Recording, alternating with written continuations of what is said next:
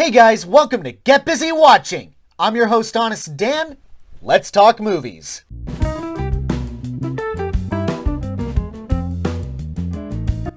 Damn, haven't done one of these in a while. Doing a rapid fire this week, but before we get to it, I want to apologize. I had to cancel my Croods review. The program that I'm working with, Filmora 9, it was having a manic episode. So it was taking me like 10 hours just to do a copy and paste of a 1-second clip. I was having problems with it. I wasn't getting the review out on time. So I had to cancel that. So my bad. With that said, let's get started.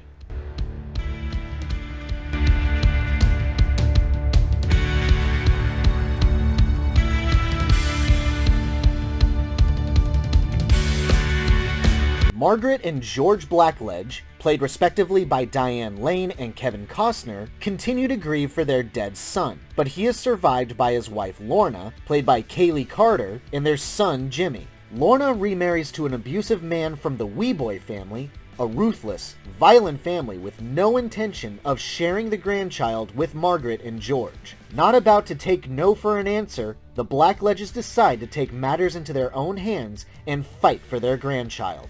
Instead of Superman getting the limelight, it's the farmer parents who are the stars now. That kind of made me giggle, actually. Not exactly complaining, though. The movie's not bad, though it's nothing to write home about. It's about as predictable as you can get. You know there's gonna be a climactic showdown between the Blackledges and the Weeboys, just like any other neo-Western or regular Western for that matter. Thing is, it's primarily a drama, not necessarily an action film. We spend a lot of time with Margaret and George bouncing their differing ideas and feelings off of each other. While I can see plenty of folks out there being bored by this, I personally wasn't. Mostly because I love the chemistry between Lane and Costner. And of course, once the Weeboy clan enters the picture, the scenery quickly becomes taffy, as Leslie Manville devours it as the matriarch of the Weeboy family, Blanche. That bitch is evil, insane, and she knows it, and she loves it. Worth it for her alone. Yeah, the characters are mostly bland and the plot is formulaic, but as far as formulaic is concerned, it's not bad. If you're a fan of the cast, I'm giving it a recommendation. Otherwise, you're probably not missing out. My honest rating for Let Him Go, a strong 3 out of 5. Despite their simple lives, the Littleton family was happy. The three children, David, Peter, and Alice, respectively played by Reese Yates, Jordan A. Nash, and Kiera Chansa, indulged in their overactive imaginations and were encouraged to do so by their parents, Jack and Rose, respectively played by David Oyelowo and Angelina Jolie. However, the family experiences a tragedy when David passes away and the family grieves, with Peter and Alice trying to figure out if it's time to grow up or continue to be children. I legit don't understand the hate for this movie. Make no mistake, I do understand that the message can be a wee bit jumbled within the narrative. And the film does seem to kind of pick and choose when it wants to insert visuals and themes from the classic stories of Peter Pan and Alice in Wonderland to run parallel with the story it clearly wants to tell, rather than just commit to the allegories. Despite those shortcomings, I don't agree with the negativity. I thought this was a compelling, sweet, and even poignant story. The younger actors are talented and directed very well, each processing their grief for their older brother as well as the confusion within their household in their own way. While I might concede that Rose is more or less the only cliched character, shutting down and turning away from her family lost in her grief, I still like how there is a balancing act of trying to stay connected with her family, and Jolie's performance is nuanced enough to be engaging. And Jack is definitely given more meat to chew on as a man who is trying to keep the family together, but is making poor decisions after the next one, even putting his family in the middle of danger. Certain reveals might be a little contrived, but I understand that this movie is trying to blend reality with fantasy, so I was still with it. Personally, I found this to be interesting and encourage everyone to check it out and see how you feel about it. My honest rating for Come Away, a 4 out of 5. In this Romanian film, Cristi, a Romanian police officer who is a whistleblower for the mafia, is going to La Gomera Island to learn an ancestral whistling language. In Romania, he is under police surveillance, and by using this coded language, he will continue to communicate with the mobsters to get Zsolt out of prison. Zsolt is the only one who knows where 30 million euros are hidden. Yep, I had to use a Google searched summary for this, because if I tried to say it in my own words, it would have come out like blended spaghetti. I didn't understand a wink of this movie. To be fair, overly intricate crime thrillers like this aren't usually my forte, and even at their most remedial, I have a hard time keeping up with these types of stories. But I heard this was submitted to the Oscars for Best Foreign Picture, wasn't actually nominated, but I wanted to check it out anyway. There are some compelling ideas here. The coded whistling language, which is like a native tradition on this island, it made me want to learn how to whistle like that. And yeah, that's kind of all I was able to keep up with. Some guy named Zsolt is in jail and everyone wants him out. A ton of money is on the line. The police are constantly keeping tabs on Christy. Maybe he has a romance with the femme fatale. That was definitely not clear. And the climax is where a shitload of people start dying. And some legit twists caught me by surprise. Part of the problem is that this movie talks way too much, and not enough legitimately happens to hold my interest. And I wanted to be interested. I guess if you don't mind thinking really hard about it, then it'll be fine for you. But for me, there's plenty of other crime thrillers that I'd rather watch. Can't call it bad, but I can't call it good for the same reason. I don't get it. My honest rating for The Whistlers, a 3 out of 5. Carol, played by Melissa McCarthy, is a typical woman who experiences an atypical situation when an AI, voiced by James Corden, invades her life. It wants to understand humanity and decide whether or not it's worth saving, enslaving, or destroying. Carol is his template as he helps her achieve everything that has been weighing on her mind, primarily the messy breakup of her ex-boyfriend George, played by Bobby Cannavale, all the while the US government is trying to find a way to disable the superintelligence. Well, as far as a Ben Falcone and Steve Mallory project is concerned, it's not the most offensive that's ever been put in my brain. I mean, it sucks. It's bereft of actual comedy, but I've seen worse. Yet again, McCarthy plays a socially awkward character who just rambles. We have characters that can't just say things. They have to drag it out and throw in miserable excuses for jokes in order to pad out the point of the scene, and I swear to God, these filmmakers have a fetish for throwing awkward characters into awkward situations that no human being has ever found themselves ever in their entire lives. But yet somehow that equates to comedy. No joke, I had to pause the flick to go to the bathroom. I looked at the timestamp. I was only 40 minutes into the thing.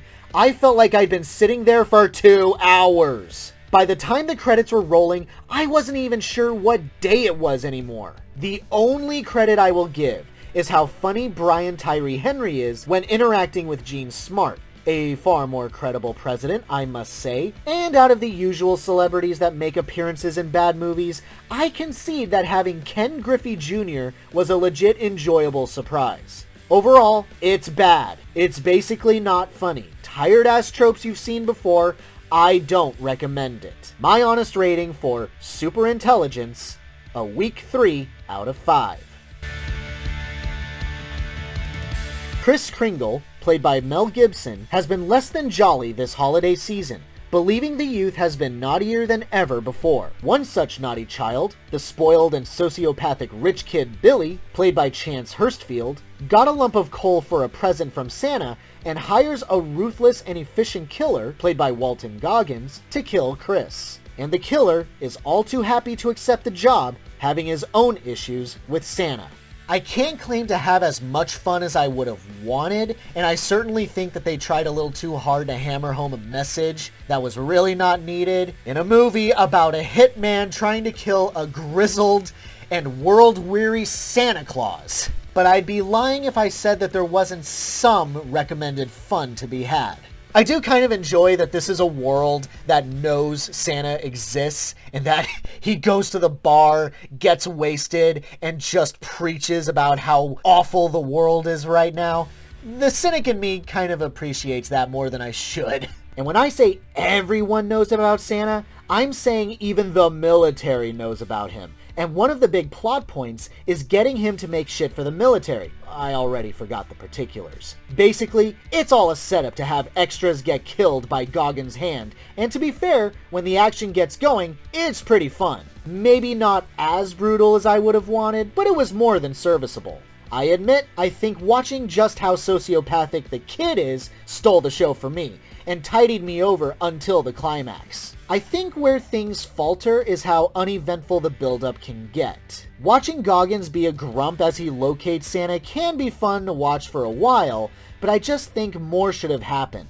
Overall though, I say get a few friends together, get some alcohol going, and check this out. My honest rating for FATMAN, a 4 out of 5. Based on a true story, J.D. Vance, played by Gabriel Basso, is a Yale student working his hardest for an internship. But his chances become complicated when his sister Lindsay, played by Haley Bennett, tells him that their mother Beverly, played by Amy Adams, is in the hospital after overdosing on heroin. Uprooting his life to help out any way he can, he returns to his hometown to help. While we also see J.D. as a kid, played by Owen Astalos, and his complicated family life. I heard this movie was bad, but I don't get it. Okay, I understand that this movie can be overly harsh without enough alleviation to kind of balance it all out, and there's more than a few instances where the characters feel inconsistent. But the one review that I read that basically said that this was just a movie about overacting, nah man. I work in a restaurant during this pandemic. Crazy white people is a common hurdle. Personally, I thought the performances were real and powerful, sincere and authentic, and yeah, by the end of it, I kinda got emotional. Now with all that said, I can't quite say that this movie is for me. On a personal level, I've met far too many people in my life who come from harsh families of varying degrees and see them stand by their family on that basis alone. One of the great mysteries to me is how the word family is enough for people to let their lives be held back and burn their chances at a brighter and better future for those who do nothing but anchor them down. The true weakness in this movie is that I don't feel like I understand that mentality any better. I really wish this film properly explained why I have to care about Bev and why I have to feel for her and not want JD and Lindsay to just let the woman die in the street with a heroin needle sticking out of her. Overall, not my cup of tea, but not that bad. My honest rating for Hillbilly Elegy, a 3 out of 5.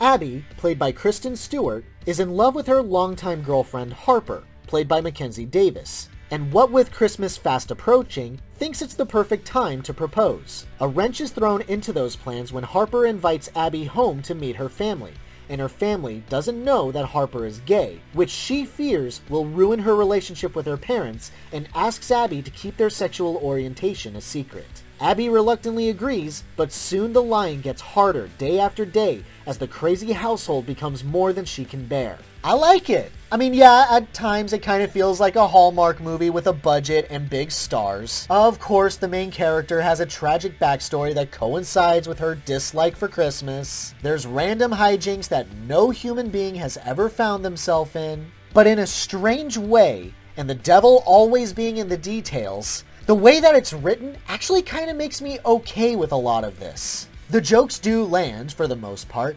and the performances are downright awesome. Even Alison Brie, who is no stranger to playing bitchy characters, actually brings a level of nuance to her character Sloane. Probably a combination of talent and excellent direction from director-co-writer Clea Duvall. Love this woman, will always support her work. I love how visceral the stress feels with Abby, who suffers humiliation after the next at the hands of this family, and how stress-relieving Aubrey Plaza's character Riley feels when she's around for Abby to be herself with. My one true complaint is how it doesn't feel like there's consequences for Harper's actions, and how her inner turmoil doesn't feel on par with Abby's, especially with all we learn about her later on. Still, I really like it. If you're a rom-com kind of person, I definitely recommend it. My honest rating for Happiest Season, a 4 out of 5. Thanks so much for watching, you guys. I really appreciate it. Have a great day. Stay safe and healthy out there. Please wear a mask if you go out. Hope to see you soon.